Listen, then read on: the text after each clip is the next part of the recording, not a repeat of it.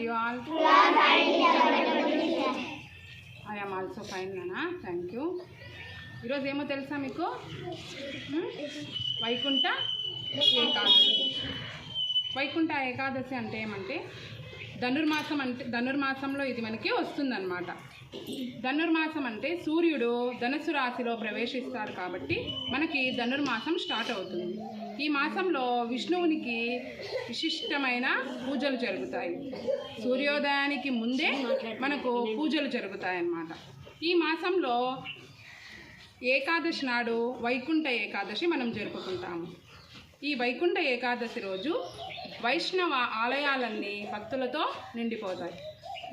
వైష్ణవ ఆలయాలలో మనం వెళ్ళి దర్శనం చేసుకుని ఉత్తర ద్వారం నుండి మనము బయటికి వస్తాం. సరేనా?